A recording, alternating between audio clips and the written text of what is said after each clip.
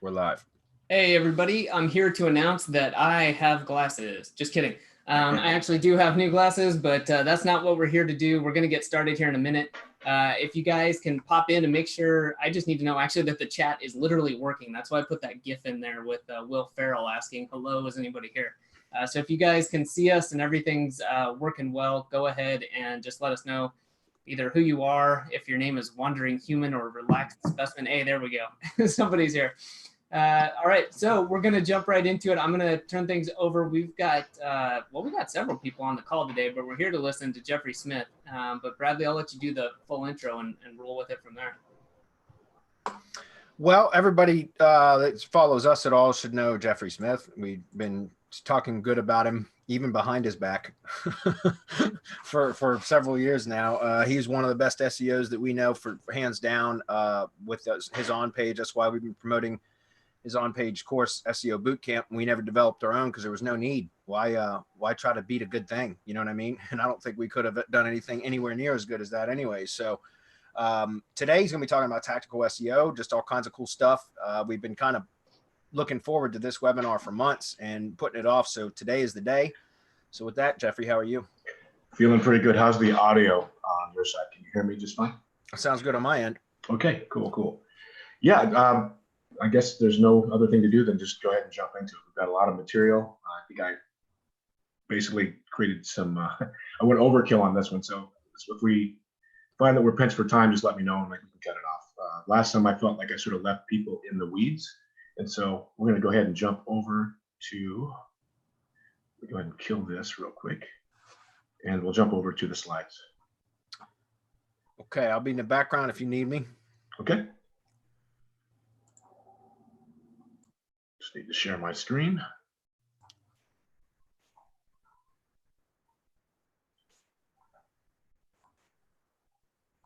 Okay, can you see? Looks good. All right. So the base of this is how to implement tactical SEO in the trenches. Now, I started doing this back in 1995. And I'll get into that. Basically, this is a little bit about who I am. In 1995, I had an idea. I created a product, invented an electronic air fragrance device, and we set out to get that to market. Basically, we spent all our money on trying to tool the invention, and so we didn't really have a budget for digital marketing. So essentially what I did is I went ahead and learned how to do SEO. Now, back at that time, we're talking about Lycos, Hotbot.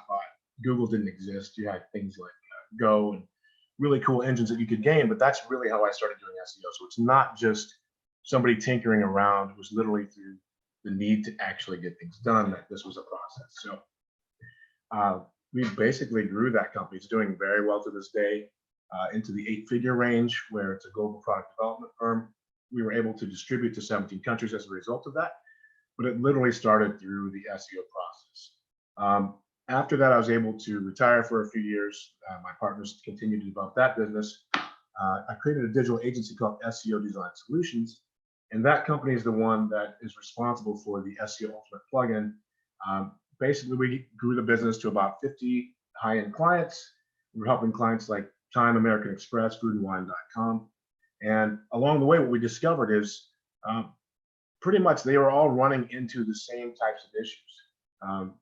And I just put this slide here as well, that yes, we created SEO Ultimate and all that, but that was really along the way for helping our own client agency. But what I discovered that was the most significant thing was for these large sites that it really came back to site architecture tweaks, their content structure, and on-page SEO. Now we're talking about companies that are trying to rank for the word wine or extremely competitive keywords. We've got Michael's ranked for wedding invitations. There's only so much you can do with off-page, and I know that you can do a lot with that considering the way that you guys throw down that way, but you have to look at it like a leaky bucket. And essentially, if your on-page SEO is not optimal, it's like pouring water into a bucket with holes, and it's all going to end up on the floor. And so the idea here is that my goal is to literally show you how to use timeless on-page SEO fundamentals to step over or actually on your competition, depending upon what kind of hat you wear. So I thought this slide would be appropriate. One of the other things I'm going to do is to show you how to get more power from your own pages. Third thing I'm going to show you is we're basically going to revisit some old school battle tested tactics that still work like gangbusters today. All right. But first, we're going to start off with keyword and theme research. Now, I know that the majority of the people on this call are actually SEOs, so I don't want to oversimplify things, but it's very important to note that it doesn't have to be complicated. The good old-fashioned simple things actually work. So we're just going to go for basic keyword research fundamentals for those people that might not know it. It's pretty much you want to find keywords with low competition and high search volume. After that, you literally want to find that topical tipping point and own the conversation. And what I mean by that is we're going to talk about things like topical depth and breadth and get into, uses of phrases and semantics and all that. But ultimately, for every keyword, there's a tipping point. And that's what you have to realize. And that really depends upon the authority set of individuals out there. The authority set is literally the top websites that Google has deemed worthy for that topic. And that's really where you want to be. So the whole objective is to develop enough topical authority to become that subject matter expert. And so this is, we're going to also show you how to basically use topical depth and breadth to map out your silos, categories, and supporting articles. Let's get moving. All right, so what is the one timeless and proven metric that you can leverage to make Google literally bend the knee every time? Anybody want to chime in on that one? Okay, well, quite simply, it's language. And so I had to use the slide here from those of you who are familiar with the Game of Thrones saga, but the whole idea of bending the knee, this is what we want to do with Google. And so language is essentially a root. It's where all the rules of engagement between you and your competitors and all the search engine algorithms like RankBrain, BERT, all these countless other natural language processing applications, they must literally bow and bend the knee. So you don't want to just think about keywords. You want to see keyword research as your opportunity to enter and dominate the conversation. And you also want to use useful, tactically engaging, educational, and commercial solutions to appease both search engines and the masses. Now, one of the ways that you can do this is by understanding topical depth and topical breadth. And I've placed some examples here using different synonyms, modifiers, plural, and singular variations of keywords, or just to understand that we want to encapsulate the entire topic. And so topical depth is really how many pages of content that you're going to need to cross that algorithmic tipping point. It's really the most authoritative collection of pages online that Google's deemed the subject matter experts. And so if you think of depth as the vertical line, it's really like how deep are you willing to go to capture that ranking. Now, topical breadth, which is like a horizontal line, implies how wide you're willing to encroach on the synonyms, the modifiers, all the related topics to holistically seed the questions with expert answers that you can use out there to create engagement. And that engagement creates subject matter expertise. And so you really want to become that seed set of results that wins out from hundreds of all these different search variations. And you can do that by the way that you craft your communication and relevance to your word selection. Another consideration is topical range. And so to rank for a keyword, it literally must be on the page. And while I have ranked keywords that weren't on the page using off page, the algorithms have actually increased a little bit. And so they now can see through any type of generic link schemes. But we're just saying that while the volumes have issues, you can say that it's not just about mapping the exact amount of phrases out on a page. There's something that's called term frequency and inverse document frequency. There's things called the bag of words computational model. We're going to be talking about that stuff later, and shingling and super nerdy stuff. But honestly, to be simple and to keep it simple, it's just about using the words on the page that you want to rank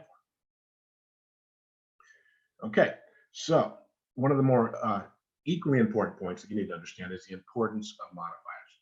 And just like nothing happens until there's a sale, in this instance, for PPC or SEO, nothing happens until there's a click. So removing all those duds from your arsenal is paramount to refining your pitch and getting to that sweet spot of conversion. And you can do that by using modifiers. And so the objective here is, this is from an old blog post that I created, I think back in 2009. And I was just trying to indicate how you could use various modifiers and action words like stop, how to, verb-based solutions, things of that nature. So you can get some high traffic combinations by doing that. And so you can see in the image, I could literally cater to a variety of consumers, markets, and interests by tailoring a landing page based upon those modifiers. For example, I could say tips to stop snoring, best teeth whiteners, how to find romance, skincare and makeup reviews, how to speak Spanish, fashion secrets, best skincare tips, deals on sunglasses, or last minute hotels. And so one last point is, this is how you can sort of integrate that topical range. It's not about creating boring content. You've got to have something that's engaging, and you can do that by using modifiers. And this is where you get that click. This is where you get the people to click through from the titles and your metadata, as well as once they're on the page, you're really crafting specific solutions. You can use this for questions and answers, etc. And so the last point about that is you just need to include those keywords on the page. And it's not so much about the number of times, but it's about being present. And this is one way you can do that with modifiers. Okay. I want to talk about the value of internal linking, because this is literally where you can create lots of signals to dominate markets. I'll just get into it from here.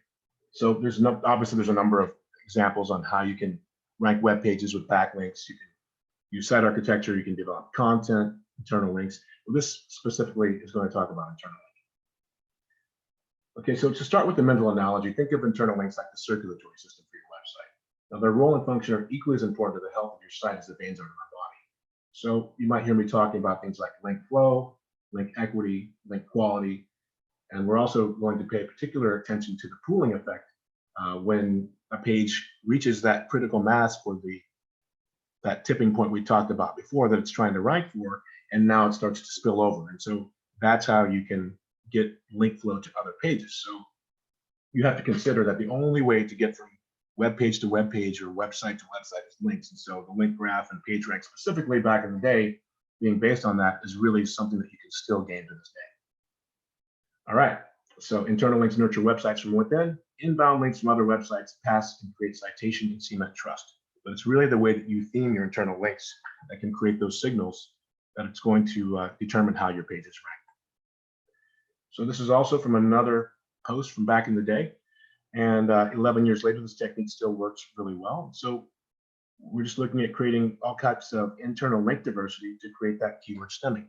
And if you're not familiar with keyword stemming, it's essentially when you start to rank for all the variations of the keywords. And to take another step out, you can link from your social websites, your stacks with the same diversity to pass those semantic signals. And that's really what the RYS stacks are. And so I was doing this way back when. This method also works by capping the amount of links on the page, because the last thing you want is to, every link that you add to a page is actually diluting that page a little more. Now, we'll get into that with a little more specificity, but the whole idea that every additional link divides the page rank. So concentrating outbound links becomes as critical a part of the equation and leveraging with a variety of anchors as implied. And so, but this technique is still truly alive and well. Let me see here. The value of a page. So what is the real value of a page? You have to think of each page as an island unto itself. And so it has three attributes or characteristics. Number one is the links to it from other pages. The content or topic on the page is the second thing. And then the third thing is the links leaving the page. So based on those three characteristics, each page serves a very specific function on the website. Now that function is either, number one, to rank as a champion page, is what I call a preferred landing page or champion page. Number two, to serve as a hub or supporting page, to basically create topical relevance. And so that's its function. So with this in mind, the reason why so many pages plateau is because of link attrition, or more specifically, they don't have enough link flow from either the site architecture, from deep links from other websites, from, inbound links from other sites, or internal links from other critical semantically aligned pages. And so another side note that you want to note here is that Google ranks pages, not websites. And so it's really just looking for that authority set for any given query. And we all know that these guys they've created a few algorithms to do that, but this is where you can literally win that battle. So we're going to keep moving. There's ways you can leverage your on-page assets. Now, what I discovered in the past is that one of the quickest ways to get a page into the top 10 is to get a link from somebody who's already ranking. It's already proven. They have all the, the least imperfections, least imperfect score, I think is what Russell talked about from themes years ago. But it's a really cool notion that they are the least imperfect from all the search results, and therefore they rise to the top. And so getting a link from somebody already ranking in the top 10 is the quickest way for you to get there. Having that in mind, your idea is to create pages that do rank, and then at that point daisy chain and pull other pages out. So you have to realize you have complete control over your own pages, their topical focus, how they're linked, which anchor text they use, what kind of navigation structures you're using. And I'm saying, like, don't go crazy with the mega menus and stuff like that. You want to keep a real theme navigation, either if you're using breadcrumbs or not, if you're using contextual links from the body of the document, if you're using alt attribute links. There's a lot you can do with it. So just saying that you have some options on how you can selectively link to make sure that you're not leaving any parts of your site architecture behind. You don't want to have any orphaned site portions of your site, because that's where the link attrition happens. That's where a lot of things where you start to get thin content or duplicity, and you're basically you're diffusing your crawl budget. Google has assigned a crawl budget based upon how authoritative your site is. You want to make sure that you're getting the appropriate amount of crawl budget in by putting your best pages forward. All right. So we're talking about the power of scaled content. And so taking this a step further, not only can you leverage the collective power of the entire body of documents within your website, you can create more pages at will. And that's really to cross that tipping point, to create that, to get enough authority to cross over whatever buried entry you're having for a keyword. And we'll talk a little bit more about that in a bit, but there's a pretty simple command that you can use to sort of figure out where phrases are and how competitive they are. And so we're going to get into how to create topical content with purpose as we move on. After that, let's talk about keyword campaign thresholds. And so based upon the type of phrases that you're going after, like I'm going to go after a keyword like shoes. Now, this is 606 million competing pages back then. I'm sure it's probably in the millions now. No amount of link building is going to get a 10-page website to rank for that, unless Marco knows something I don't, which he does. But I'm trying to make this focus about on-page SEO. But that's the whole idea about that. So what's that threshold? And so the competitors that are there are due to the relevance and citation they've acquired over the years. The more competitive the keyword, they could have domain authority, they could have more content, they could have more internal link concentration, they could have more deep links from other sites. And so all that's created trust. And one of the things that you need to do to offset that trust from your competitors is to really create a strong domain. And there's ways you can do that. Your links are also a part of that. So, for example, if I need to rank for the keyword shoes, let's see, same slide, guys, excuse me.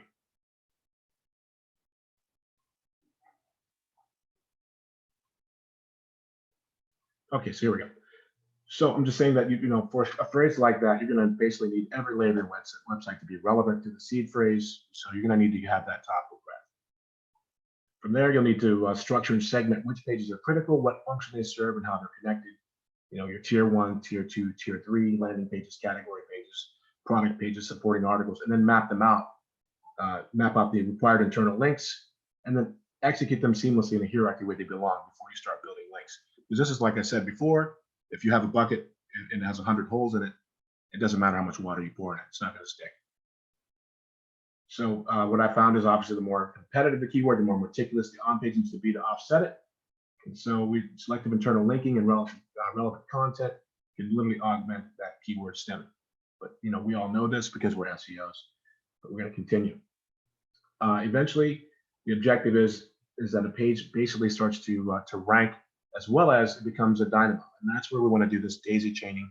This is the power of siloing. So if you're not familiar with silos, there's a main topic, there's categories underneath it, silo links to the category, categories link to the supporting articles. Supporting articles, once you click into one, only link up to the category that it's in. So there's a lot of things that you can do like that to essentially make sure that your site architecture is pushing ranking factor in the right areas. Some other things that you can do, you can drip content. And when you use the website's RSS feed and drip content across syndication network, it's really, really powerful. But what I was trying to get at here is that you have the ability to scale your content, creating those self-referral loops. Now, we'll get into site architecture in a little bit, but I just want to sort of go over the value of the internal link structures once again. So there's also the synergy between the on-page and off-page. And so in my 20 years of ranking websites, I found that literally the internal links are the strongest for getting things done once you get that ranking factor to a page. So just to be clear, to summarize, internal links can strengthen a page to withstand attrition. They're also good for withstanding penalties. You can rank for a page that's competitive basically by, can rank for a page that's competitive or less competitive shingles. Shingles are just groups of words. I don't know what the hell that means, but I think I should have shelved that portion of the slide. They can rank a page for competitive or less competitive keywords, and they can also index new pages, which can support even more pages eventually as they mature. The takeaway here is without proper internal linking, you're only achieving half the results you can without. All right. So let me just go ahead and get into the more exciting stuff. I guess the point that I'm trying to say here is that your website's only strong as its weakest link. So the more pages that you have that are indexed and aging and linked appropriately or exclusively with the anchor text out of pages intended to rank for, the easier it rises to the top. Okay, so you might be wondering where pages go and why. Now this is something that I created also back in I think it was 2006 or 7 that I came up with this notion that there were competitive thresholds. And so there's the co-occurrence matrix. Basically, your site has achieved a certain amount of authority. And if you were to proceed to like a Google search and type your keyword in quotation marks, and it would have, say 30,000 competing pages are the result. Well, you can basically rank that with a blog post. And so I sort of took the notion further. Back at the time, the SEO Design Solutions site had garnered up enough authority that I could rank for a keyword that had several million competing pages, probably 2 or 3 million competing pages very quickly. And now typically that was something that you'd have to create a campaign around and build links and do all kinds of crazy stuff.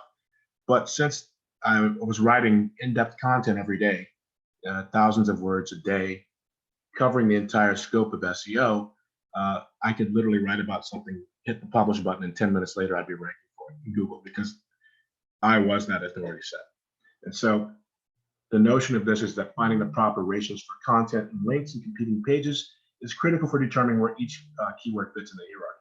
And so the correlation between site architecture, URL, title, and internal links and deep links, this can liberate you from lackluster to blockbuster. So the notion of this is that with each page is a balance, and inside of that page, you can pass along relevant score to other pages. But the notion behind this is that if you just look here, anything that's under 300,000 competing pages is technically something that you can rank for quite easily.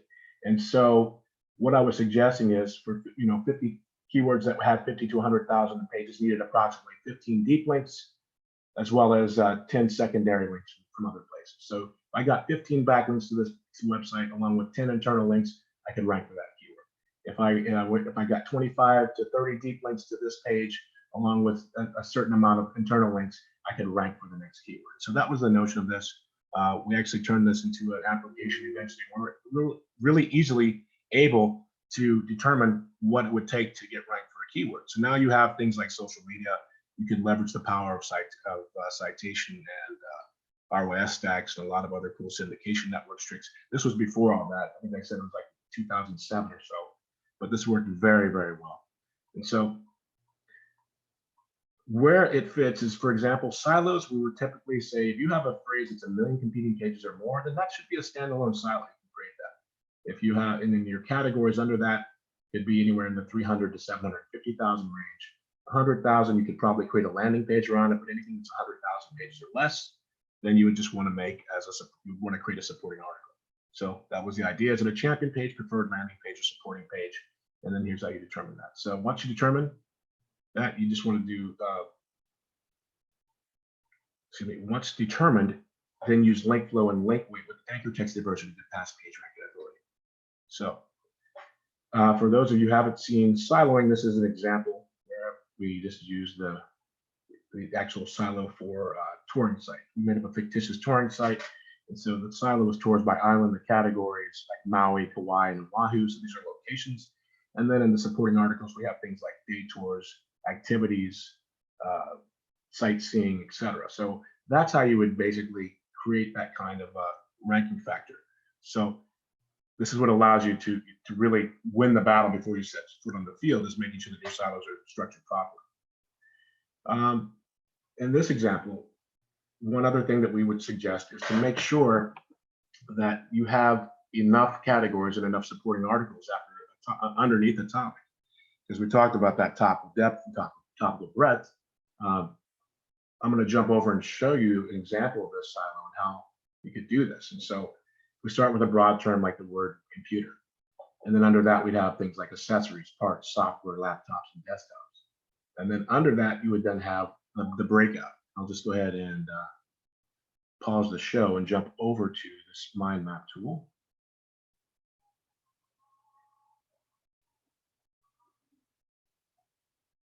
Can you guys still hear me okay? Yep, we got you. Okay, perfect. Okay, so We're muted, so it takes me a minute to get back to the unmute. no problem. I just wanted to make sure that you're like, oh, by the way, you were disconnected 10 minutes ago. So this is an example of a 5x5 silo. What I mean by that is make sure that you have your main silo is the term computers.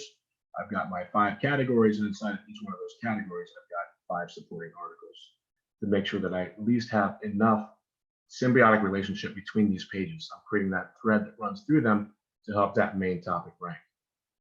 So you can see over here, we've got keyboards, monitors, cameras, microphones, and routers. Well, now when I go into that, I'm using this example as a category page. I'm sorry, this is the silo, this is the category. Even though this is what we call a supporting article, I would have all my keyboards on that page. I would have all my monitors on that page, all my cameras, etc. If you wanted to create, there's another opportunity to do it as well, where instead of breaking a silo out like this, and you can see that I also have the same thing for parts. You know, I've got my audio cables and processors, my laptops and desktops.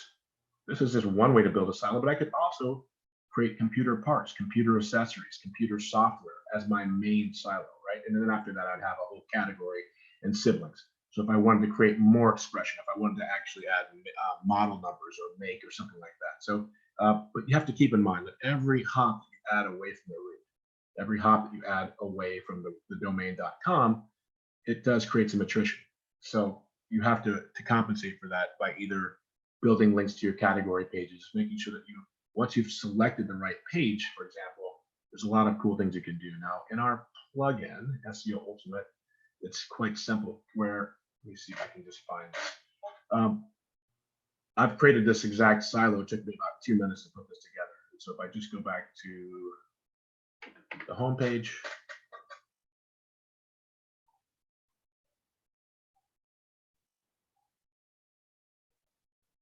never buy cheap hosting, folks. Makes you look bad on webinars. Still waiting for this page to load. That's not the only reason not to buy cheap host. Exactly. Well, yeah, ranking factor speed is a massive issue. Okay, so you can see here, I've built out that same silo that we use as an example over here. And if I click computer, you can see that I've got my accessories, parts, software, etc. One thing to note that I was going to mention in the slide is that typically on the silo page, you want to have at least 2,500 words of in-depth content. The reason why you want to do that is because A, you were not the first person to think of this concept or process, and I'm sure there's a lot of other people in front of you that have done a lot more than that. And so it's just a roundabout figure that allows you to at least get into the algorithm. I think it's like 1,950 words to be considered an in-depth article, or whatever that might be. I'm sure it's a moving target, but the point is that this is where you want to add your super ridiculous in-depth, your everything under the sun topic. So also, I've got my accessories page here. On the accessories page, you want to make sure that on your what we call the categories page, for example, you want to add 1,500 words. Or sorry, 1,900 words or more. Now, this is, once again, it's a moving target. It's going to be based upon who's in your market. So some markets are going to be more competitive, others less competitive. So it's not like, oh, I wrote 701 words and it didn't rank and Jeffrey's full of bullshit. So that's not the case. Just, be aware that that's just a way that you can use this. And so I built, I think I built either accessories or keyboards in one of these examples. I think it was the keyboards page. And then on the supporting articles page, when I jump down another tier, you can see what I'm saying. Now, the cool thing about the navigation of the silo builder is once I jump into a category, I'm not seeing all that other noise. I'm only seeing what's here. So what's happening is I'm helping, everything that I write here, everything that happens on these pages, every backlink that I get, every share, every engagement, I'm getting click-throughs from search, all these signals help. And what happens is, since they're essentially daisy chained here, as well as through internal links, which is very easy to it's going to help this entire silo. It's going to help this entire tranche. So I'll just go back up. Once I go to another category, back to accessories, you can see that I see all the other categories that are there. Once I'm in the silo, I only see categories. So once I'm in, like I said, supporting articles, I only see other supporting articles. But going back to this point, what I wanted to mention is that on these supporting article pages, this is a great opportunity for you to use questions and answer schema or frequently asked questions schema. And so for those of you who take me up on my offer later, I'm going to include this little snippet of HTML that actually has, you're just going to be able to go in and it's a boilerplate. You just add your question or whatever that might be. It goes down to the jump link and there's my solution or my in-depth answer, so to speak, and so on and so forth. But the cool thing about this is I take this page, pardon me, squeaky chair, and go over to Structured Data Testing Tool and take a look. This is what I'm talking about. You get this really powerful schema markup that really helps to disambiguate your content. So I suggest doing this on all of your critical pages if you can. There's so many different ways that you can leverage schema, but questions and answers is extremely powerful. You could also do it easily within the context of the plugin. For those of you who are using SEO for Pro, I'll try to make this as non-promotional as possible. You could actually go down to the schema section, and over here we have QA page. And so in which case you just answer your question, you have your long form answer count, total number of votes, add the date, so on and so forth, and hit submit. And so this page would therefore be relevant to that one question. But otherwise, you can go ahead and use things like this to get more frequently asked questions in QA schema or different things. But this is one way that you can help. So this all started. You can go back to the slides now, just so we stay on topic. I didn't want to jump too far out, but the idea was, you're in the site architecture segment. Here we go. Just a second.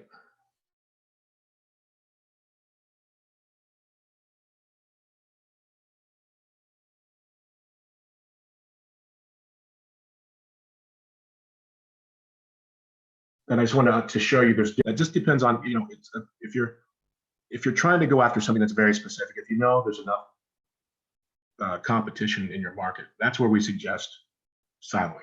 And so it also allows you to build out very specific content and essentially create segments of your site that are just designed for that one thing. And that works like gangbusters. So, so sort of illustrated now the idea of making sure that you have enough topical depth and breadth in the context of creating a silo. We talked about some of the thresholds that you can use in order to be competitive.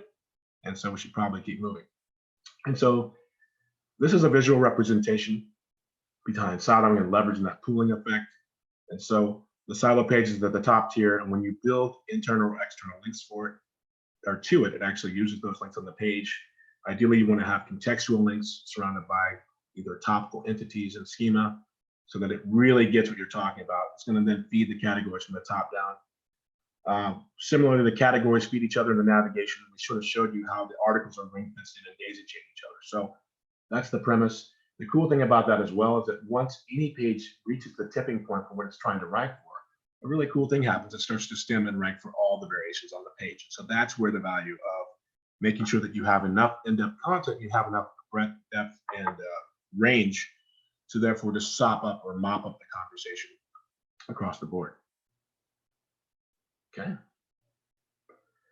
Other things to think about, you want to make sure that you're not repeating in your URL structure, like for example, domain.com, computer accessories, computer parts. Well, that's repeating the word computer twice, it's spamming. So you just want to make sure that your URLs are very succinct. So you want to make sure that you keep your slugs, only use one instance of the phrase, because this is basically creating what's called all in anchor relevance, and that still works. You used to have all in text, all in title, all in anchor. And so these are still metrics that search engines utilize to determine the authority of your pages and your site. So, make sure that you're not spamming those URLs and tripping any companies on that. Basically, when you're starting out with a silo, the whole idea is you want to go after the broadest term. After that, you can dig down using related searches. copy and paste those obvious keywords, you know, drill them into sifting and sorting them by high search volume, low competing pages. And then you can also use questions and answers opportunity for each keyword. There's tools like answerthepublic.com and Keywords Everywhere, which is a browser extension that you can use. It's really easy to determine if a question or answer has search volume, and then at that point you can determine if it's worthwhile of you actually including it in your site architecture. You can actually use SEMrush. There's a number of other tools. I mean, obviously this was, you know, there's so much you can do with keyword research. We all have our way, but the whole idea, you can also use your competitors' websites using site colon commands, see what kind of things they've got. You can look at the URLs in Wikipedia or other authority sites as well. Another thing that's really cool is that you can actually use entities or use co-citation. Now I'll just jump over really quick to show you what this looks like. Inside the plugin as well, you have the opportunity to do something that's called semantic tags. And the semantic tags feature is pretty powerful because it allows you to do one of two things. I'll just go over here.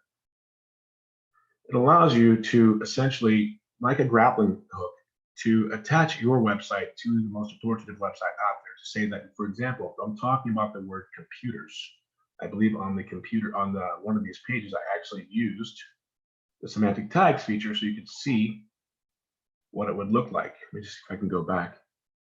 After adding that tag to the structured data tool, let's see, here it is. I'll show you this right now. Give me a second, guys. This connection is a little slow.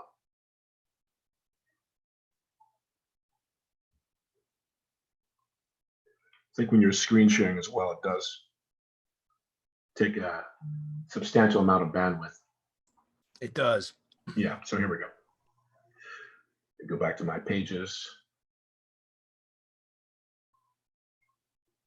And so, for example, on the computer page, if I wanted to go here, and I wanted to add, basically you're building a vocabulary. Anytime you can build a vocabulary like a wiki within your own site, it's really good for two reasons. Spiders love it, but in this case, it's actually creating a schema. So what you could do is, for example, down here in the schema generator, we have something called semantic tags. Now you would add the keyword. So for example, I've already built one called computers or computer. So I'll say personal computer. That way they know that I'm talking about a personal computer.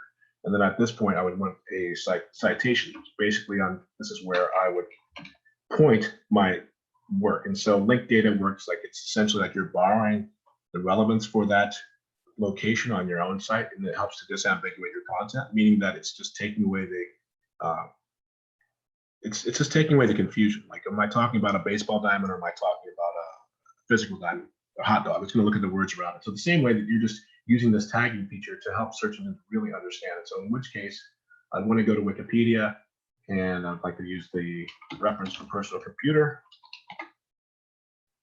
And that's the page that I'm saying this page is also like. And so as a result of that, I'm now linking to that page. And so a lot of people go, well, why do you want to link out? Well, co-citation is extremely important. It's like the grappling hook effect. But essentially, Google will give you the shadow of the doubt if you've done all the right things with your site architecture, your content structure, your internal links, if you have some backlinks or citations from other places, if you're building syndication networks, for example, and you're creating that thread of inbound anchor text to your site, it really does help to cross that tipping point. But this also gives you that opportunity to put your own spin on things. This is where you would add your, you can either add your 50-word frequently asked questions type answer so that this could actually start to surface in results, or that's the point. I'm helping not only users understand, but search engines understand this is what my page is about. So now if I update this page, and we suggest not using more than 3 tags on a page. You want to go for the root phrase, something more specific, and then maybe a synonym. So if I were to go to this page on the front end, there's no difference. You can't see it. I mean, it's not showing up there at all. But if I were to take this page and look at the structured data testing tool, this is the beauty of this.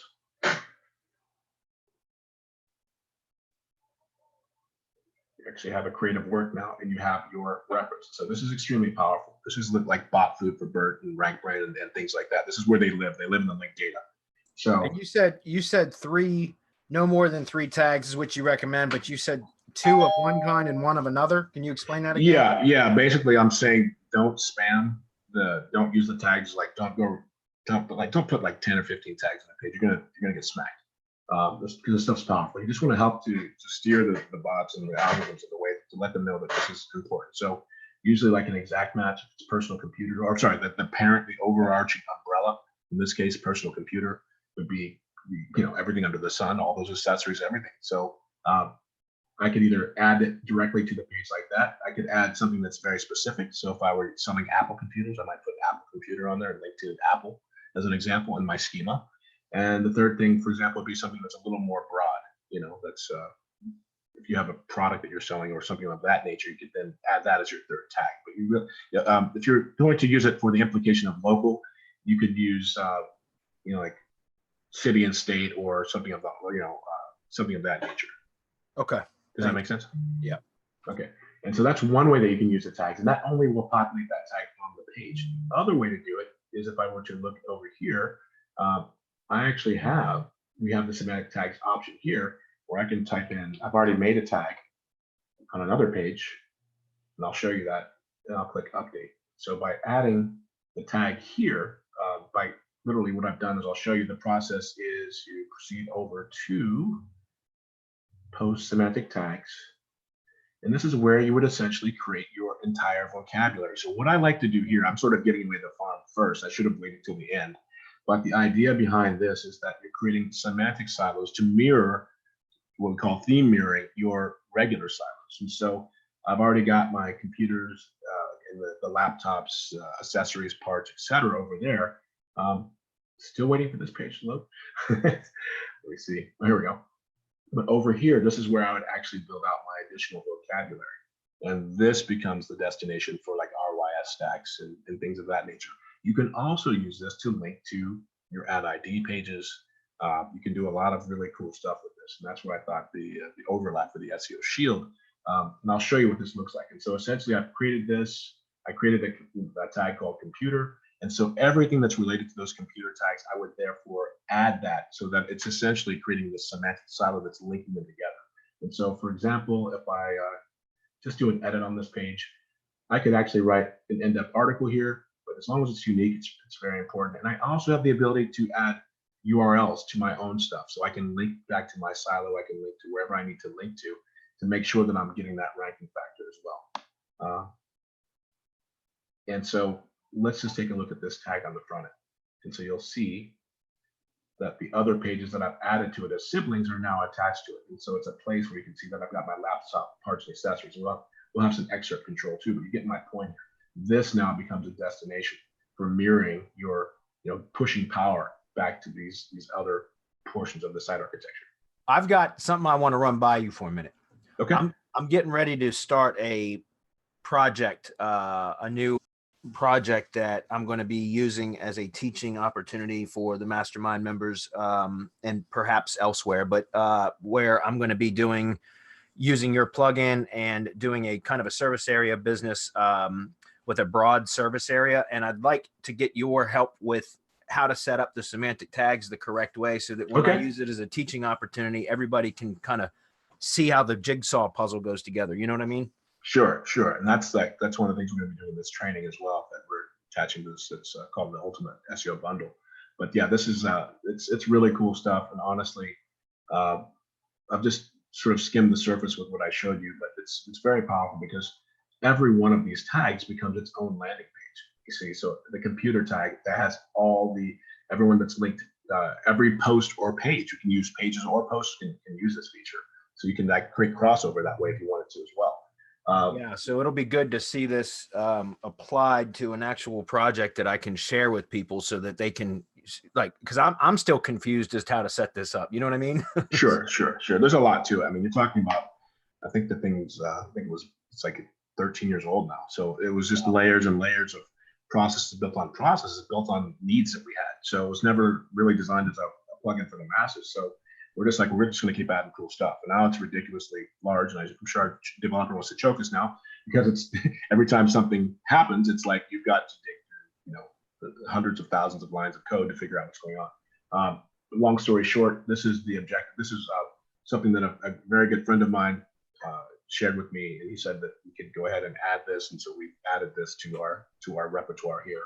And it's something that if you use this on your supporting article level pages, this is where you can start to capture those position zero, the featured snippet, and that's really the base of this. When you add this kind of markup with internal linking, with an actual physical silo, and you've done all the work where you've optimized the hell out of everything. You're using your jump links and all the tips and tricks that we all know. What happens is you start to get those position zero queries pretty damn easily. And so that's sort of what this is designed for. There's a couple ways you can do it, but this is something I wanted to share with you guys. So it's pretty powerful stuff. But I think we should probably move on to the next portion because that was just sort of scratching the surface. So let me go ahead and hop back over to my slides. And how are we doing on time so far? We're at 45 minutes. Okay, cool. Next up, we're going to talk about content structure. So site architectures, even though it's basic, I prefer siloing because it really works. But like I said, you can still do, depending on the circumstance, just to recap, you can use flat site architecture, or you can just use what we call virtually themed websites, which is basically just using link structures to do the same thing. It just depends on the threshold that you're going after. If it's a less competitive keyword, like I said, your site is getting stronger and stronger. The more pages you have, the more page rank you have. It's really about mapping those internal links to outbound links and figuring out what that ratio is. It really just it's determined by how competitive the keyword is. But that site architecture nonetheless helps tremendously to go after the more competitive keywords. And there's an example that we share in our training where we have a brand new website, 2 months old, no backlinks, 500 keywords to rank for, all from using what we call that referential integrity from the site structure and how it's linking to itself. So this stuff really works. The next thing is like content structure. Okay, so the whole idea, I couldn't help it. This little bird thing cracked me up. But the idea is to let the algorithms work for you, not against you. Everyone's always freaking out whenever there's a new panda, penguin, or possum, or rank brain, or who knows what's coming out. But the whole point is that if you're using the things that we're talking about, just considering language and structure, and the whole purpose of Google was to organize the world's information. If you're organizing your information in advance, it goes a long way. And so I couldn't resist the temptation to use that slide, but I just have to reiterate that it must always bend the knee to language, and that's your saving grace, because language is the same that it was 20 years ago, and I'm pretty sure it's going to be the same 20 years from now. And even if we have search engines, we might have it, we might be connected to a neural network at that point, who knows? But the point is, let the algorithms work for you. And so they're just filters. There's no need to fear the animals, puppets, or ranking penalties if you build it right. The more specific, refined, and topically relevant your content and on-page SEO are, the easier it is for you to outrank less authoritative or less optimized competitors. And once you become that topical authority, Google follows you. You don't need to change them to chase rankings. They happen by the fact that you publish something because you are the subject matter expert. So it's really about expediting that process. What's one of the things you can do to actually to expedite that? You can write content based upon an algorithm that's called term frequency and inverse document frequency. And so we talked about this. It's no secret that the on-page signals created from your content are important. And so it's also reading everything now, and it understands what those related keywords are. It uses things like vectors to understand the relationships between these, what we call the bag of words. So I'll touch on that lightly, but I don't want to get too nerdy on this stuff. But there are things like keyword usage and density and topical breadth. And this is a tool I'm going to share with you on how you can use that. So we've sort of gone over what these things are. I've showed you what depth and breadth are. Now we're going to talk a little bit about frequency and density, co-occurrence vectors. I've showed you a little bit about what disambiguation link data can do when you actually are using tags to make sure that the bots really get it. Like, oh, he's not talking about a physical diamond, he's talking about a baseball diamond. Okay. But then there's also, you have to consider you need educational cues. You also need engagement. Nobody wants to read a boring page. And so you've got to consider all these things. But here's a really cool tool that I found that allows you to do that. Oh, actually, before I get to the tool, I talked briefly about the bag of words model. And so this has been around for a while. but it's used in natural language processing in classifying. So it's just used to basically classify the document. It looks at all the various usage and iterations of a word. It looks at them as a bag, and so it doesn't really sort or sift them. It just counts the words and says, okay, well, there's 27 instances of this phrase. There's 4 instances of that. So it actually applies what we call term weights. So this is where term frequency and inverse document frequency come into play. Term weights are pretty much, it's just like picking your content apart. And then there's other algorithms that actually go and interpret that. But this is the idea behind really cool tools like this, where it just uses that bag of words and it allows you to actually write expert content. And so what you see here is a graph of instances of phrases. And I'll jump over to this tool briefly without going, too far off topic, but I do want to show you this. Got it loaded up here. I actually wrote about this topic many years ago, and somebody reached out to me. A guy from Germany reached out and saying, hey, by the way, I really love the topic. I see that you were writing about this stuff. I have a tool that does this. So he just he reached out and he's like, you can literally have access to this because this is great. So what you do is you start with the TF-IDF. You go over here. You basically add a keyword to it. After that, you add your keyword, your country of origin, and then after that, it goes to completed jobs. Once your job is completed, in which case, you can therefore look at the analysis. So what this does is it grabs the top 17 sites across the web that are ranking for the phrase that you're targeting. And it breaks out those term weights that we talked about. You can see here, these are the number of instances at the time that the phrase has been used. And over here, if I can make it larger, you can actually see all these various shingles. So this is the shingles, the words that are on the page. All right. It also breaks down the top most relevant shingles that are used on the page. And if you think about shingles like shingles on a roof that overlap, that's essentially what multivariate shingle analysis is when these algorithms are reading your content and trying to assess what types of topical depth and breadth that you have that's going to classify you as part of this conversation.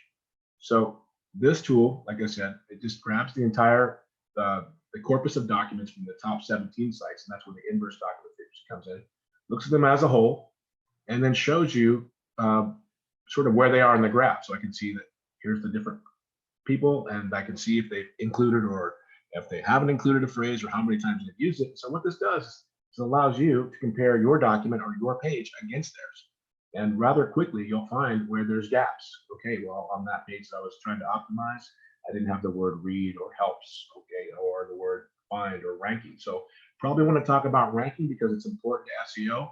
And the average person out of the top 17 sites is using it 3 times on the page in order to do that. So therefore, that's a missed opportunity for me to create topical breadth or range. Because once again, you want to rank for that.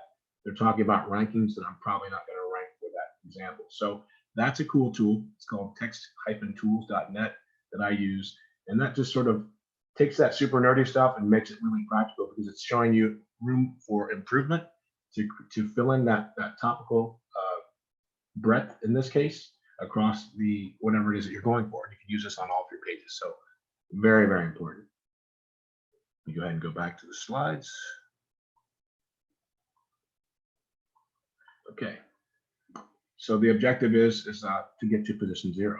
And so I sort of gave away the farm a little bit by showing you guys that, this is what happens if you get the term frequency and the inverse document frequency. It's literally you become like part of that authority set. So you're writing your content on par with the top 17 results for that keyword. That's showing you where you're either light or heavy on those shingles. And it also showcases all the related topics based on the top results that you can use to include to really capture that. So that's a great tool that I found for that. It's great for ranking for exact match questions. It's going to give you basically everything they're talking about to improve your organic search and to make your pages stem for multiple keywords. If you're looking for ways to find questions, you can use Answer the Public and type in a question or type in a phrase, just a root phrase, and it's going to find all the questions, propositions, comparisons, etc. Free tool, great tool. It's actually scraping the Google Knowledge Graph as well as the people also ask area. So you don't have to literally keep doing that and going through. When you use that with the keywords extension, that's keywords everywhere extension. I think it's a browser extension for Chrome, which just recently went to paid.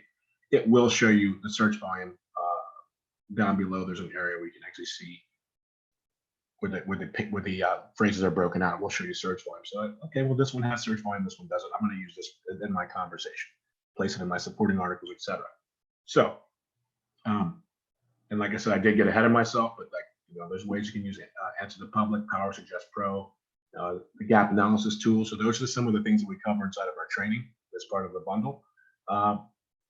I gave away the farm a little bit on how to use the schema markup to add schema to the questions and suggested answers. So that's the snippet of text that I showed you on the keywords page, but I'm just going to give that away so people can actually use it. They can actually start to implement that on their own pages and test to see just how effective it is. The idea is, use enough questions on the page, and the support. You can use the questions also as individual supporting articles. That's very powerful too. And then in which case you'd want to use your QA, your questions and answers schema from inside the plugin to mark that page up to that very specific article if you want to do it, or a very specific question. So yeah, like I said, there's a number of ways you can do that. The inline anchors are very simple, but this is where you would actually make sure that if you had a question like what is conversion rate, I would put what hyphen is hyphen, conversion hyphen rank or rate as my jump link, and that creates another inline anchor. That's basically, we talked a little bit about the all-in anchor relevance. You can create signals, and when you're using like a canonical tag, for example, a rel canonical on your page, it's going to consolidate those to one root phrase. So all these inline anchors and all these parameters like that really help your page to define itself. And so what I found is if you're mapping your H3 inline anchors and your jump links to the name of the question, and you're using that to jump down to the page where the schema is, that's where you start to see those results that we showed you a few slides back. So another thing like that. So then you can actually make a list of all your named anchors from your jump links, and you can use those to build links to. So all those experienced link builder, guys out there know that, once again, if your inline anchors, it's like treating it like an entirely new page. It's almost like you're getting a backlink from another page back to your root page. And as long as you've got a rel canonical on your page, which is simply another click inside the plugin, then if you've got 20 jump links on your page or 10 jump links, well, there's 10 inbound link opportunities for you to build relevance to that page. And so, that's what I'm saying. They've got all in text. They create theme relevance to the page, and that link weight creates a canonical curve. That link weight creates ranking factor. So this is very, very simple stuff, but it's very, very powerful stuff in the same token. And other things you can do is you can actually include natural language. There's a couple of tools that you can use to find entities. And so if I hop over here, you can see that Google is pretty much giving away the farm. They've got their natural language API demo over here, and it allows you to place one of your pages or place a couple of your sentences in there, and you can sort of see the relationships where it's going to extract entities, this linked data. So it knows that Google's an organization, it's in a location in Mountain View. It's talking about Android, which is a consumer good. So all these classifications of schema, these are just opportunities for you to rank, or opportunities for you to help the bots understand what your page is about. So this is a place you can look for ideas on what you would want to, how you might want to add semantic tags, but more importantly, it's just about showing you that this is how it's breaking down this information. Another cool tool is called TextRaiser, and this is a really nice tool. Let's just take something from Wikipedia. Waiting for this to go away. There we go.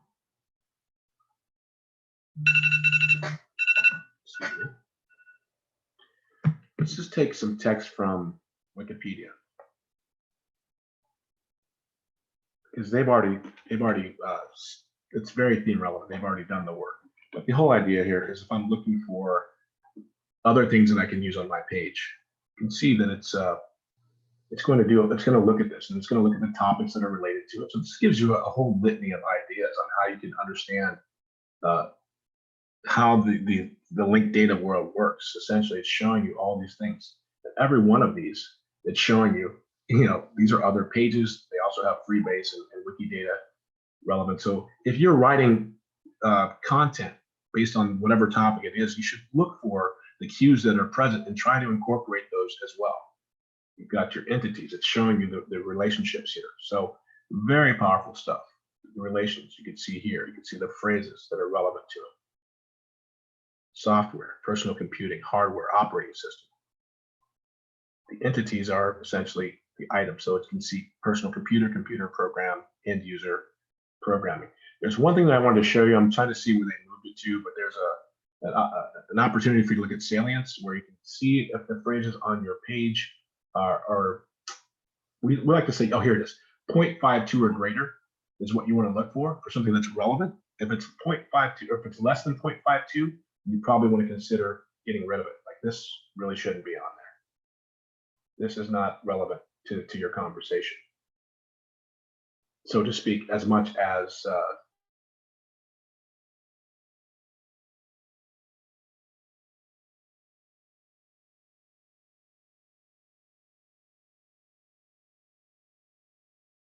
Did we lose you, Jeffrey? Are you there? Yeah. Okay. What's the last thing you heard? I don't know. It was quiet for about 10 seconds. So. Okay. All I was saying is that you can use this classification method, and over here you can look at the relationships. That anything that is 0.52 or less, you probably want to consider eliminating that from your page.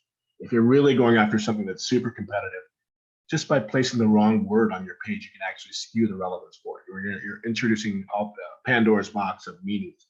And so 0.52 or greater typically suggests that it's extremely relevant to that topic. And so that's why I was just saying that if I found something that's down here that's talking about this product information or architecture, these are not close enough to the target phrase, so I would just let those go. So you can just, but that's the idea, that you can find this to look at the words, phrases, relationships, look for entities that you can use to add to your page to make it stronger. And that was the idea behind that. Okay. All right. Now I actually want to show you what this HTML test looks like, this QA schema test. This is pretty slick. I showed you on the keywords page earlier, I believe. Once you add this, let's see if I can still find it. So slow.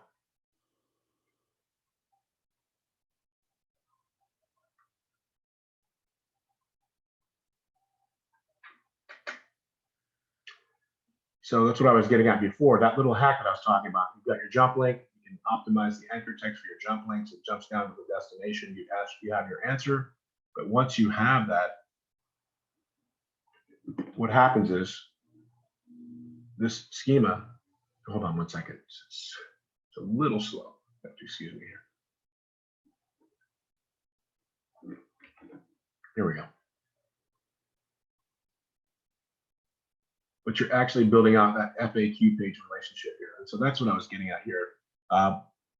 You're going to be surprised on what this does to your pages when you add this. And so I'm going to give this little snippet of code away, and it just looks like regular text on the front end, but it actually has the two things we were talking about before. We talked about the all-in anchor relevance. We talked about the the effect of what it does when you use it. So this little snippet here is what I showed you from before. All right. Let's keep moving. Showed you the QA page. All right. So next up, we'll talk a little bit about indexation. And so if you don't want to kill your web page's chance of getting indexed, here's a few things you should consider. Just like Clue and Tron, who didn't dig in perfection, neither does Googlebot. So if you're trying to cut corners and skip adding unique content on critical pages, or using like thin or useless content on other pages, you're pretty much giving the finger to Google by saying, yes, please index this too, and they're going to say no, thank you. So you want to make really appealing content.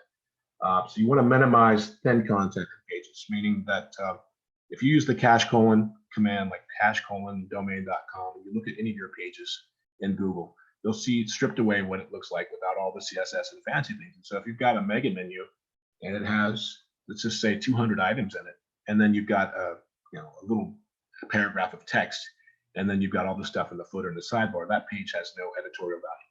It's just the text to link ratio is completely jacked up, and so it just is not going to rank well, and it's going to essentially take up part of your crawl budget. So you want to minimize things like thin pages. You've got just things that don't have enough content to rank that are relevant. That's really, it's a no-brainer, but you want to get rid of that. You want to avoid using the same shingles on multiple pages. And so like that's what I was talking about. Don't cut corners.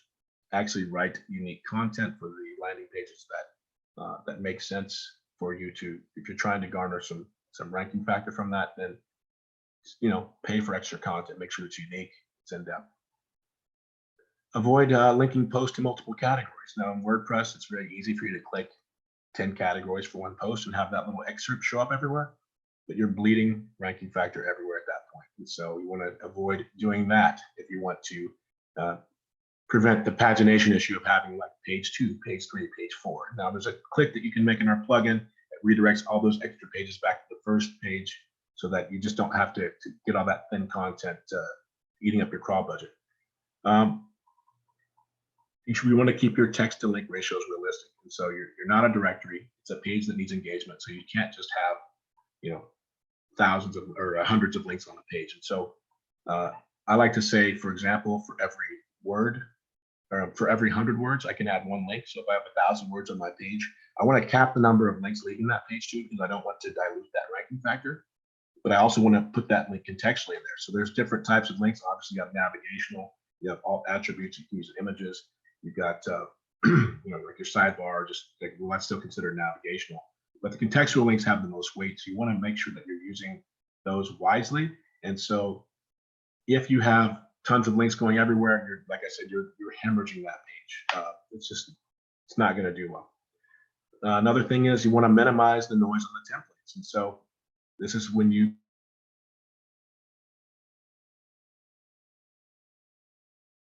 We lost your audio again. Are you still there, Jeffrey? you can, for example, now. Yeah, we lost your audio again for about 10 seconds. Okay. What I was saying is you want to minimize noise on your templates, and that means like your mega menus and things like that. So instead of having all those links that are bleeding your pages dry, you can actually consolidate them so that instead of having a mega menu with 100 links on it, you might have 10 links that go to a page. And then on that page, you can have 10 links each. So you just want to minimize noise on templates because there's a number of things. I'm going to share an algorithm that I discovered way back in the day. It was called VIPs. This is a visual page segmentation algorithm from Microsoft in 2003, where basically it wanted to mute the noise and it wanted to extract the more important topical data from websites. Now, I'm sure that Google's created a few more algorithms, maybe 2 or 3 since then, based on hierarchical structures to skim, assess, and rank your page. I'm sure they've created hundreds of thousands.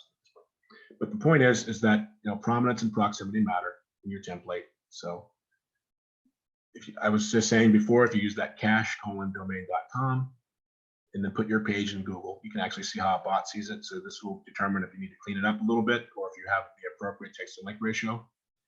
You also want to get to your content above the fold quickly, or get to the main point above the fold, making sure that you're including your most importantly weighted phrases, your synonyms, and your modifiers that are important to the topic, because actually location still matters for link proximity. First link proximity stronger than the links in the footer and the sidebar. Well, that's all based on this type of algorithm. It's called VIPs.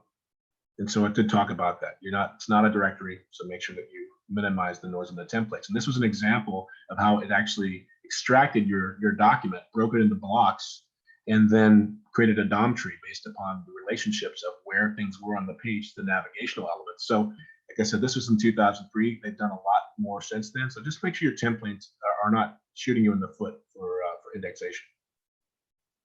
All right. A few more takeaways. So things like poor site architecture, ensuring that you don't have enough internal links to get to pages are going to orphan them. So it's just, in order for it to rank, you literally have to be in the index. So be mindful, like I said, text and link ratios, mega menus, excessive sidebars, contents that dilute your page without adding thematic value. Indexation is a metric well in your control, but you just need to be mindful of bleeding relevance from your pages from making those rookie mistakes. And so now a lot of this can be easily fixed. Lack of internal links, you can use like deep link juggernaut. Lack of contextual links, you can use a deep link juggernaut. Orphan pages, you can also include the deep link juggernaut, for example, to get some link flow to them. Duplicate content, that's where you use like the rel canonical global area to make sure that you're choosing the right page that you want to rel canonical things to. Excessive number of outbound links per page, well, that's just going to take some manual action on your behalf. But once these things are fixed, this is really one way that you can increase your ability to get indexed. Now we're going to jump over to the on-page SEO section real quick.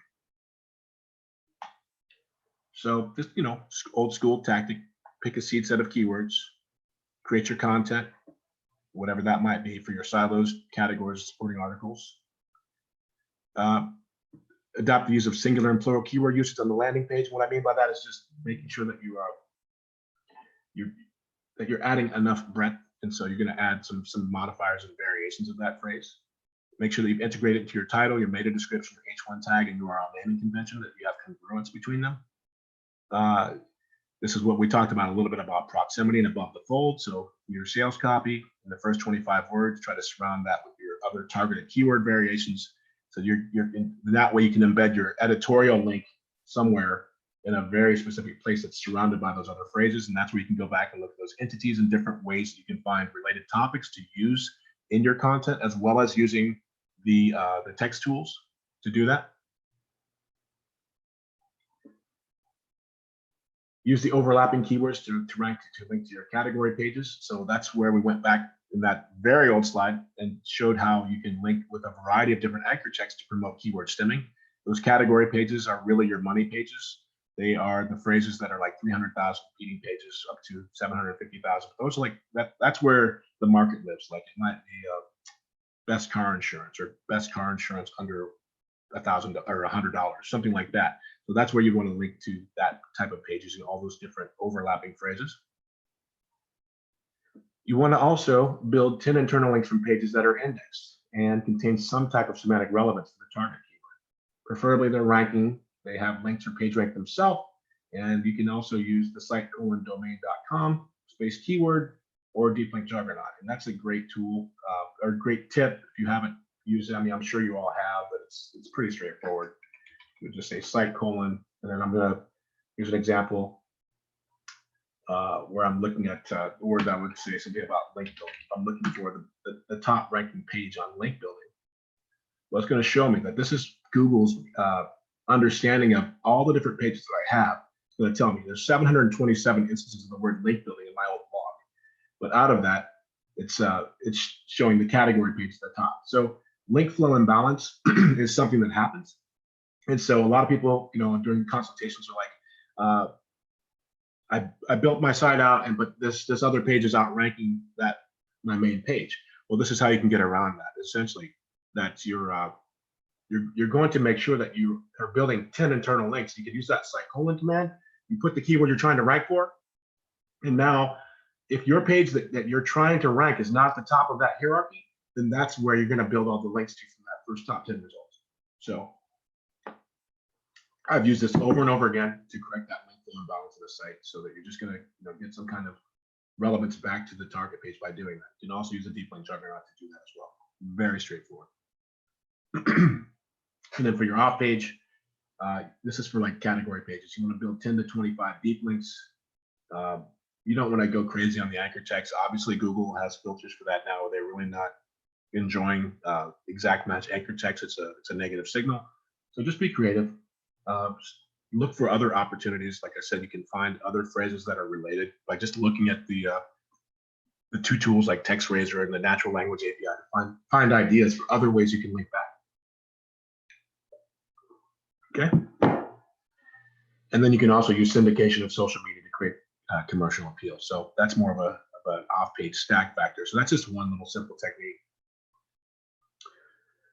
After that, let that page get indexed, check the SERPs, and it should basically be in the top 30 to 50 results for a 2 to 3 week period and keep moving up if you've done all those things. So from there, you have to map out the appropriate off page.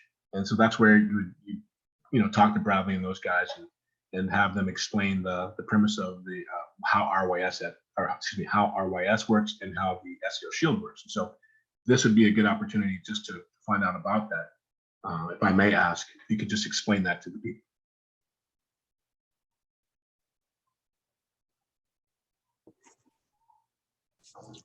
So Jeffrey, this is Rob. Can you hear me? Yeah, I can.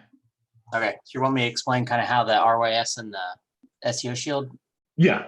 Because this is, we've done the on-page stuff. You've got your categories, your silos, and now what? It's like, how would you, if I need to juice up that tag page, for example, or if I need to juice up my silos or categories, what would you suggest next?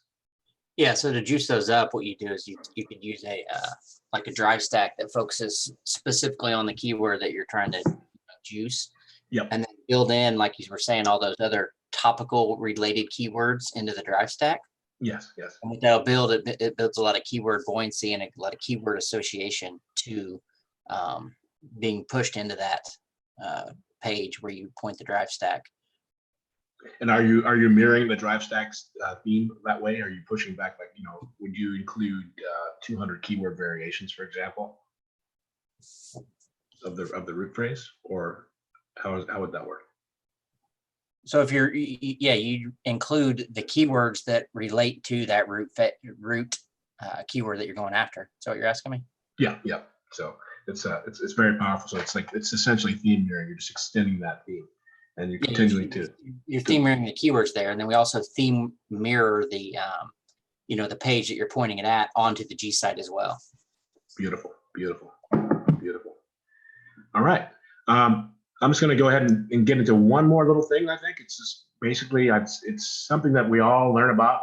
Made us matter. It's in the title of the webinar. So I'm just going to share a quick little technique that I came up with a long time ago. And pretty much your titles are the first thing that people see, as well as, so if you miss the mark, if you're off kilter, then chances are you're basically leaving money on the table. So here's a nice little technique that I came up with. The first thing I like to do is define buzzwords by looking at paid ads for the keyword. Then I'll compile all those verbs into a list. And then I'll use those verbs as action words and essentially create like a call to action blend with the main keyword, the synonym, plural, singular variations, and branded terms. And so I put them in categories that are either a benefit, a positional statement, or the keyword itself, or a call to action. So that makes it easier later. And so I was using insurance as an example. And I think I used SEMrush. Excuse me. Go back. I used SEMrush to go back and find all these different phrases. Wrote them down. So save as a benefit, reduce, premium as a keyword, coverage as a keyword, easy as a benefit. It's pretty straightforward. But the idea is that you have like keyword, benefit, call to action. So in this case, life insurance, get premium coverage at affordable rates now. So it's a great exercise to skim paid results, find the buzzwords, the paid ads, compile the verbs in a list, use those verbs as action words, and then put them into a category of, like I said, either benefit, positional statement, keyword, or call to action, and then start to play with those types of topics. And so you can also see that, strongest use is to start with the keyword first and never repeat a keyword. And if that's the case, you want to actually use another modifier. So that's why you see that fix, credit repair is the keyword, reliable is positional, free is positional, analysis, worthiness. So here's how I use it in a local instance. So like, for example, credit repair, achieve a higher credit rating now, or looking for credit repair in city, state. Find the best way to improve your credit rating and achieve credit worthiness now. Free, no cost consultation. So the same kind of thing where you can actually use that same format in your meta descriptions as well. All right, we'll keep moving. A few more simple yet powerful tactics. One of the fastest ways we had talked about before about how to get a site or how to get a ranking from something is to get a link from a page that's already ranking in the top 10. Well, the same thing about age content. Your content that's aging is building up a lot of equity at that point, and oftentimes people overlook that. Really, what all you need to do is go back, freshen it up, use some of those tools we talked about before, add, go add 1,000 words to it, build a couple links to it to get it syndicated so that it freshens it up, gets re-indexed, and now you're getting a trusted link from an old site segment to a new one. And you can just, like I said, you use that site colon, domain.com keyword. You find the top 10 pages in your site that are already ranking. You can go back, you build a new page using that main keyword, you link to that new page from the old one, publish your content, build links back to the old page, and then when it gets crawled, it's going to push that ranking factor through. So harvesting link flow from aged and trusted previous posts is really, really powerful stuff that you should not overlook. There's some other things we talked about, internal links, but there's also prominence, volume, velocity, flow, and distribution. So volume of links link volume has a distinct impact on the page. Outbound links have a tendency to divide the total link flow from a page by the number of links. So hence the less links that you use to funnel that to other pages, the stronger they're going to be. So there's a high volume of links on the page and a very small text to link ratio, sort of what we talked about in template optimization, can really impact the relevance score for that page. That page is going to score very low. And so I said before, if you're dealing with outbound links, one link for every 100 to 200 words is a balanced measurement that you can use to ensure that you're not diluting your pages from sapping that link flow. When you're talking about link proximity and prominence, and so they have to do with the placement of the link to the cluster of related phrases that are around it, as well as their position on the page. So the first link has the most link flow, and all the other links are provided from the other lower regions of the page. They tend to lose a little less value, like a wave that diminishes. So if you have a link that appears, for example, that's surrounded in the context of the initial block of the page, that initial text, and another related link appears, like, for example, in the mid body of the page, and another one's at the lower block segment of the page, like a footer. The relationship between those, it's like a hash mark for relevance. So each passes a different amount of link flow. So you just want to make sure that you don't want to have like 3 links in a sentence, for example, for proximity. That's too concentrated. But you do want to spread it out. But you want to make sure that the phrase that's prior to and after your contextual link is thematically relevant. So that's another thing we found over the years. Link velocity, it's pretty straightforward. It's literally just the rate in which you gain or lose links, either internal or external links. And so depending upon your ranking objectives, you can adjust this when employing different tactics to create a competitive advantage. It's really about creating that stable, long-term link velocity. It's the best method. If you start out building 10 links to a site a month, and the next month you get 1,000 inbound links, well, something's fishy. That's not natural. So, with the same token, if you have 10 established links and 9 of them go away, it's going to really send some negative signals. So, this is something you need to be concerned about. With anchor text, you definitely don't want to squander that. Like I said, Google here is that it still does tend to scrutinize the exact match a little more than it should. So you just want to make sure that you might have 2 or 3 instances of exact match internal links, and then try to diversify the rest of them to either include synonyms or other related phrases. But it's really about that continuity to the H1 tag and the URL, to create that continuity. But I personally try to match the links as well that are leaving the page with the keywords that are present in the title of the target page. So Wikipedia also uses co-occurrence link frequency like this. So they literally create their own page. The page is computer programming. Like computer programming is the URL. Computer programming is the H1. All the other links that are pointing to that page are computer programming. And they can get away with that, but I'm saying you've got to mix it up a little bit. So we're talking about weight next. So link weight is hinted above. It's pretty much it's a measurement like scale that determines the amount of links pointed at a specific page. It's just like a teeter-totter. The more link weight a page has, the higher the tipping point. It expands how that page can rank, or how competitive that page can consistently climb to start to garner ranking factor. So for example, if a page has like 1,000 internal links and 500 links from other websites, that's a pretty heavy page. So that's the idea. You want to figure out what that tipping point is for the various pages that you have. Your categories are going to need a little more. Your silos are really just designed to encapsulate the topic. They're never really the objective to rank. Like, you don't want to rank for the word computers. I mean, you could, but it's like ranking for the word car versus ranking for 1977 yellow Ford Mustang. You want to go specific, but the whole point is that you just want to make sure that you're using your anchor text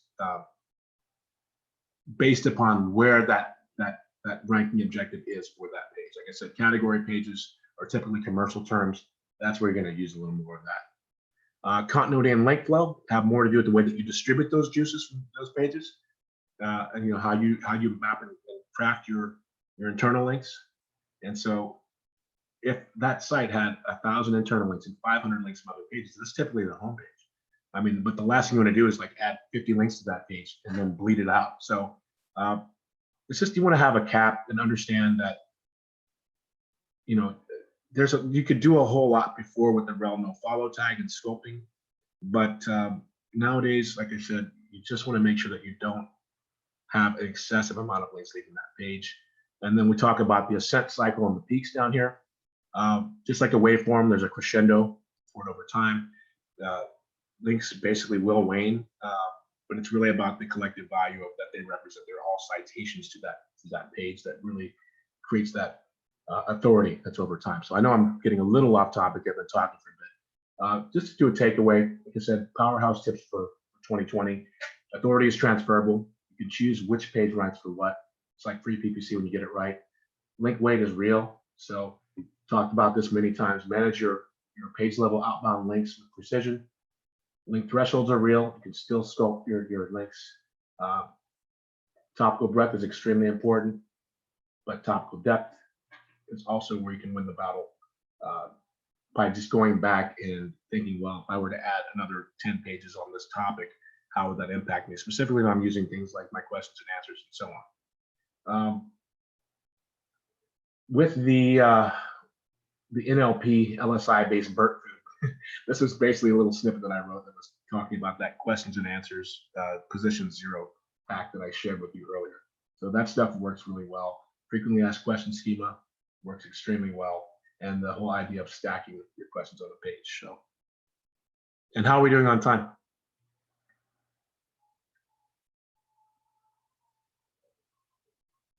Bradley, how are we doing on time?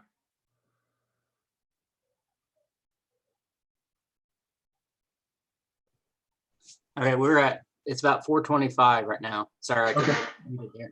Okay. Well, this is pretty much near the end of the presentation. I just wanted to give away some pretty cool tips. Now, okay, if you're using PDFs, guys, and you're not putting backlinks to your PDFs to the most critical pages, you're making a mistake. So you can actually go through, use that same strategy of crafting really, like you were crafting those titles, you could craft some really cool contextual areas to drop links to the PDF. And then you can build links to those PDFs. And we use this technique to like gangbusters back in the day. There was a lot of attorneys that we were working for, and just we were using a tool that was called SEO Orange.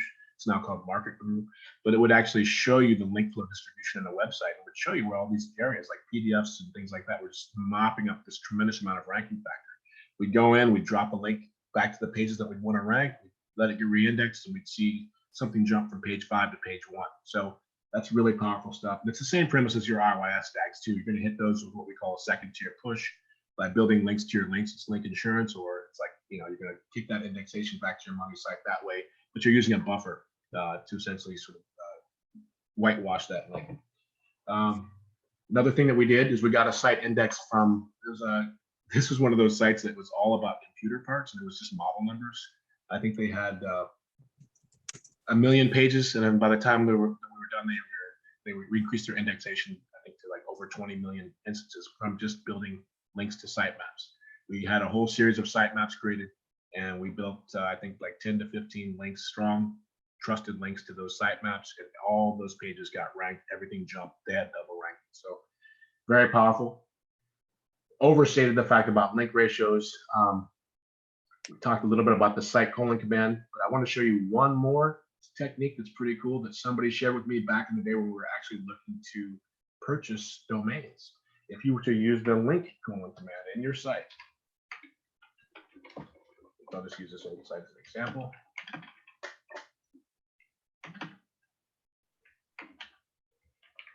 I feel you guys looking at me typing here. All right. What happens is when you find any of your pages show up in the link colon command, it's showing you that this page is essentially considered like another website. So what we found is when we would go to this page of something that showed up in your own link colon command, and you'd build a link back to this page, this was a page that was housing tremendous ranking factors. So if you do find your own site is ranking with a link colon command, play around with that page and tell me what you guys see as your results. We've had some tremendous success with that stuff. All right. And then obviously getting your schema on. And there's so many ways to do that. I'm sure that Rob and Marco and everybody can really go to town on that. But at least we built some things with semantic tags feature where you can either create a tag for a page. You can actually mirror your silos with a semantic silo and build links to that. And you can have a lot of fun with that. So I think that is about it, guys, just because I feel like I'm going to start losing people here if I keep talking. Oh, well, I found my mute button finally. Okay, cool. My computer did some sort of weird update thing just a moment ago, and I no. lost all my taskbar items, and I couldn't figure out how to unmute myself. Oh, damn. Meanwhile, my voice is getting tired here.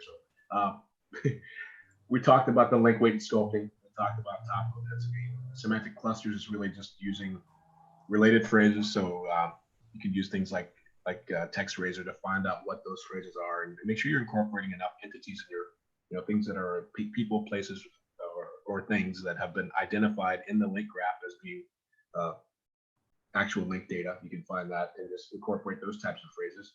We talked about tiering and how the champagne glass cascading effect is really important and how you can do that with your internal links. We didn't get into the same as link data, but that's its own topic. The co-citation factor of using like semantic tags to link up to other authorities will also help you get into what we I think that Andy Jenkins called it the authority set back in the day. He was talking about the top 10 or 15 sites that Google deems worthy. So that's the idea, is to do things that other people aren't and literally leverage that link data, become your own citation. I don't want to give away too much, but there's some other cool stuff you can do with the semantic tags feature, but we're almost there. Very cool. Did you have anything you wanted to share about the SEO, the plugin today, as far as like an offer or anything? Yeah, I did. I've got, and so we've got some training that we put together. It's called the Ultimate SEO Bundle, and it's a little bit of boot camp stuff and a lot of new stuff that we've decided. So the idea behind that is, let's see, cover installation, things of that nature. We go into, like what's important. We sort of show you a repeatable process, how to rank by design, not by chance. I do a rundown of the modules in there, outline of the process. It's like a 30-minute video right there. And then we also have things like the market keyword research fundamentals. We go through a bunch of different tools and tactics. In the site architecture intelligence, we show you the different aspects behind the website architecture, creating new site segments, how to migrate other pages into silos, how to do 301 redirects, some site structure for local SEO. On the on-page stuff, it's a lot of the things we covered here. How to use a TF-IDF, questions and answers schema, stacking. I give away that template as well, and then how to use a semantic tag. So that's really the deep dive right there. We've covered a lot of the stuff in here, but the point is it's a 5-week drip, and essentially you get access to all that and 10-site license for the 147, or it might be actually 149. In which case, all the other people who have purchased from before, I will be giving them a link where they can get access to that information. Very cool. All right. And I know we've got, and I'm trying to get a slide prepared to put this up, guys, so you can see it. So stand by for a minute. But I know that we have an offer for SEO Shields right now for 20% off as well. So I'm trying to get this up on a sheet. Continue talking, Jeffrey, while I finish. Sure thing. Yeah, I mean, I just, were there any questions that people had in the meantime? Yeah, you don't have the link to the page with the. I do. Let me just see here. Let me see. Yeah, because there's a lot of comments. I haven't looked to see questions yet, but.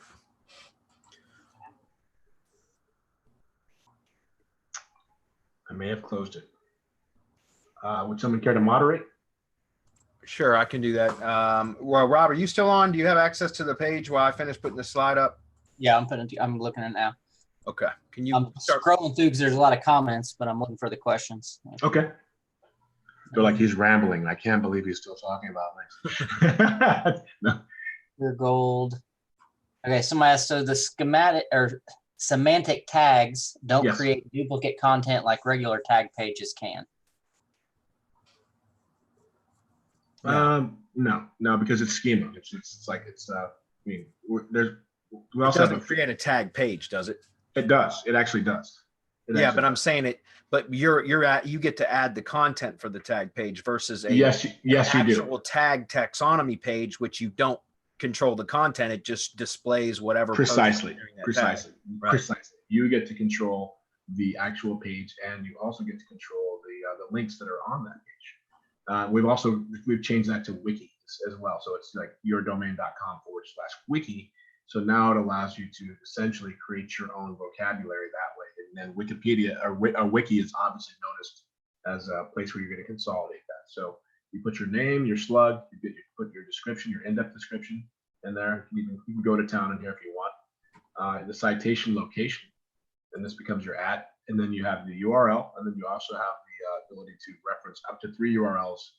You know, I can push one over to like an ad ID page or vice versa. I would push one back to my silo page, maybe a product or something of that nature. So that's the idea. You get to juice up your silos from afar, and you're doing it from a page that's all in schema. Cool. Awesome. Okay. I think I've just about got this. Okay. So I ask, what's the difference between fact and then Q&A schema?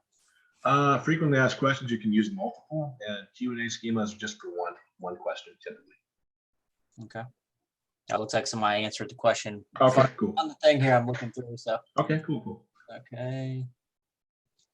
Someone asked, is that for outgoing links or internal? So I'm not sure what part of the thing they threw that in there, but a lot of what you're talking about is internal linking though, right? Yeah, mostly. And for that, you're going to use this tool here. You're going to use like the deep link juggernaut. Yeah. Come over here, you're going to add, it's pretty cool because you can actually add, here's another trick you can do. Inside the deep link juggernaut, you can actually create what we call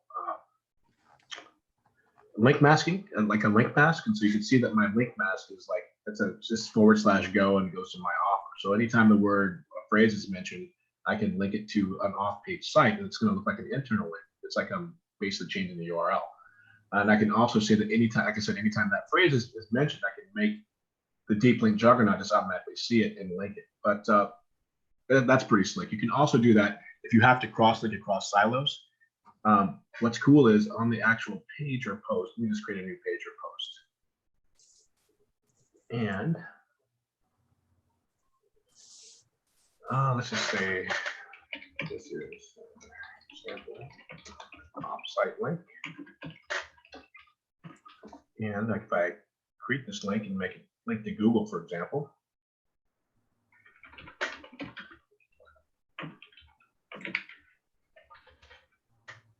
add my link,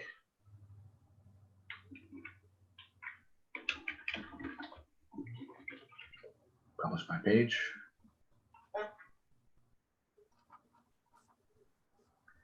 view my page. There's my offsite link, right? Right now, this goes to google.com.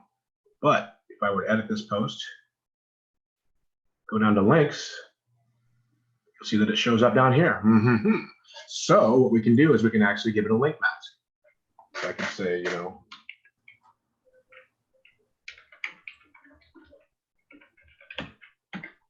that happens with every link that's on the page. Hopefully this worked here. I think I clicked it. I'm not sure if it updated or not. Let's see if it worked. The page is being hid by the, there we go. So there it is. So when I hover over, you can see on the bottom down here that it says my mask link. So it's domain.com/go my mask link. So now what I can do is that's going to stop, that ranking factor from bleeding out, but it's also going to give me the ability to link across different silos because this is actually a link that's blocked by robots.txt. So if I need to link from silo A to silo B, I can just go in, hit edit post. Anytime you add a link that's going to be in your links tab, you can just add a link mask to it here, or you can actually mask links globally. You can give them a different directory structure. Instead of Go, you can call it whatever you want. If that makes sense. So another little cool trick that you can do to make sure you're not bleeding ranking factor out, or when you're linking across silos.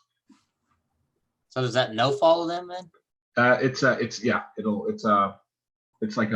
go to a block directory.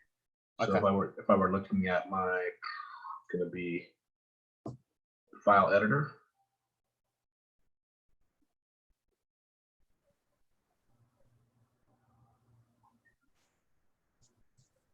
let's see the robots TXT. There it is. It's disallowing that directory right there. So they can't get crawled. Now, that's obviously Google will do what they want, but you're pretty much saying you're not allowed to view this directory. So it's technically these links don't exist. Okay. Any other questions in the meantime? Okay. Someone said you meant recently. If we recently bought, do we get a deal on the training? Yes, I mean, ideally, if you have a 10-site license or more, or a 10-site license, I'll go ahead and throw the training your way, or I can come up with a way to give it to you guys at a discount. I plan on taking care of the people that have previously purchased regardless, because that's just the way you're supposed to do it. You know, it's the right thing to do. Okay. And then someone said, where can we get the training on the SEO Ultimate Pro plugin? That's what is in the bundle. So I've actually created its own area. I don't have it up in front of me right now. I closed a lot of windows, guys. I apologize. But it's actually its own membership area. And then what will happen is I'll send out a link to you, and you'll be able to use that link to create your own login and then access the training. First 2 weeks are available, and then after that, it's going to drip for the remainder.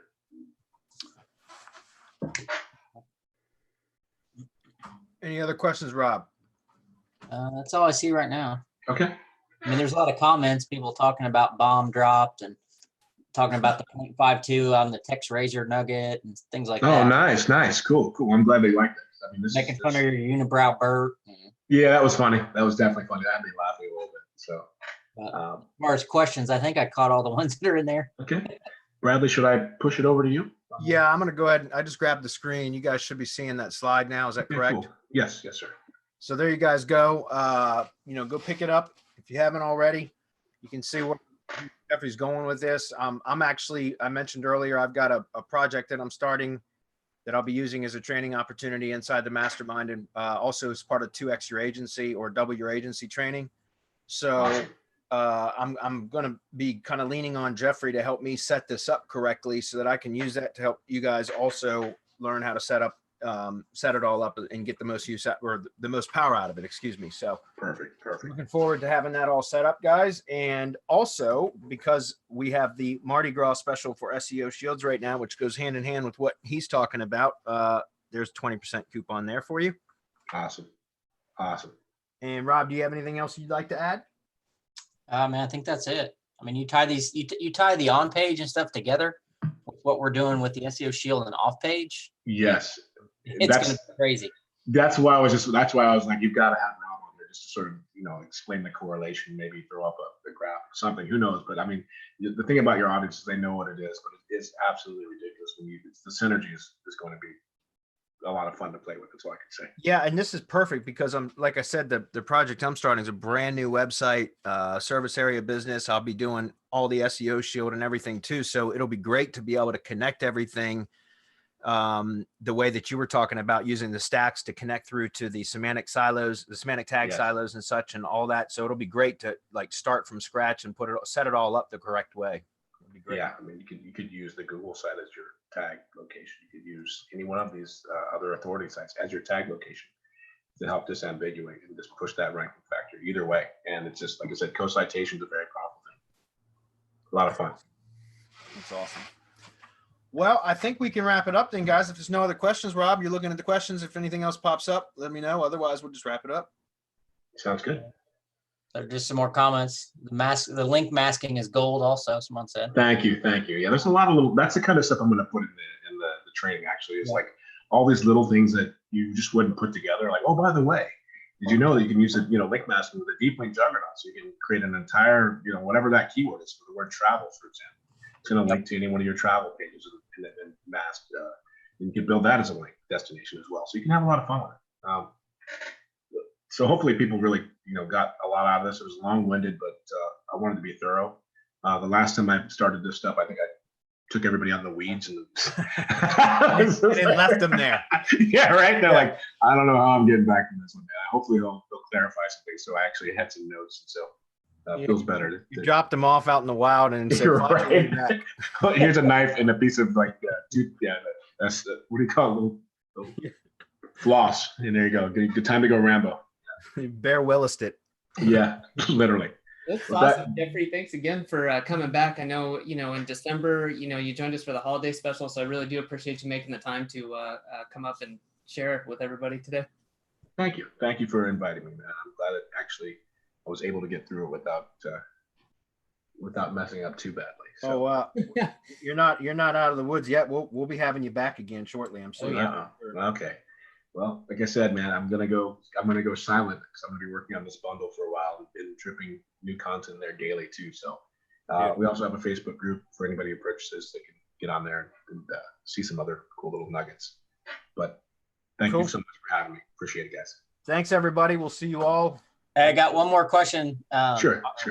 It said, how long is the coupon code good for? I don't remember what that is. Do you remember, Adam, what that until the I don't know. I wouldn't leave it for too long though. I think it's just a couple of days, but yeah, we'll say it's more than 24 hours. I can't remember if it was 48 or what it was, but it's just a couple of days. Yeah. So a couple of days on the coupon. If you're jumping on, you grab it. And then somebody says they're going to be a replay because they missed the first 20 minutes. Of course. Yeah, we'll have a replay going out, and if you registered, you'll get notified, I believe, tomorrow. Cool. Awesome. See everybody on Hump Day. See you guys. Have a good night.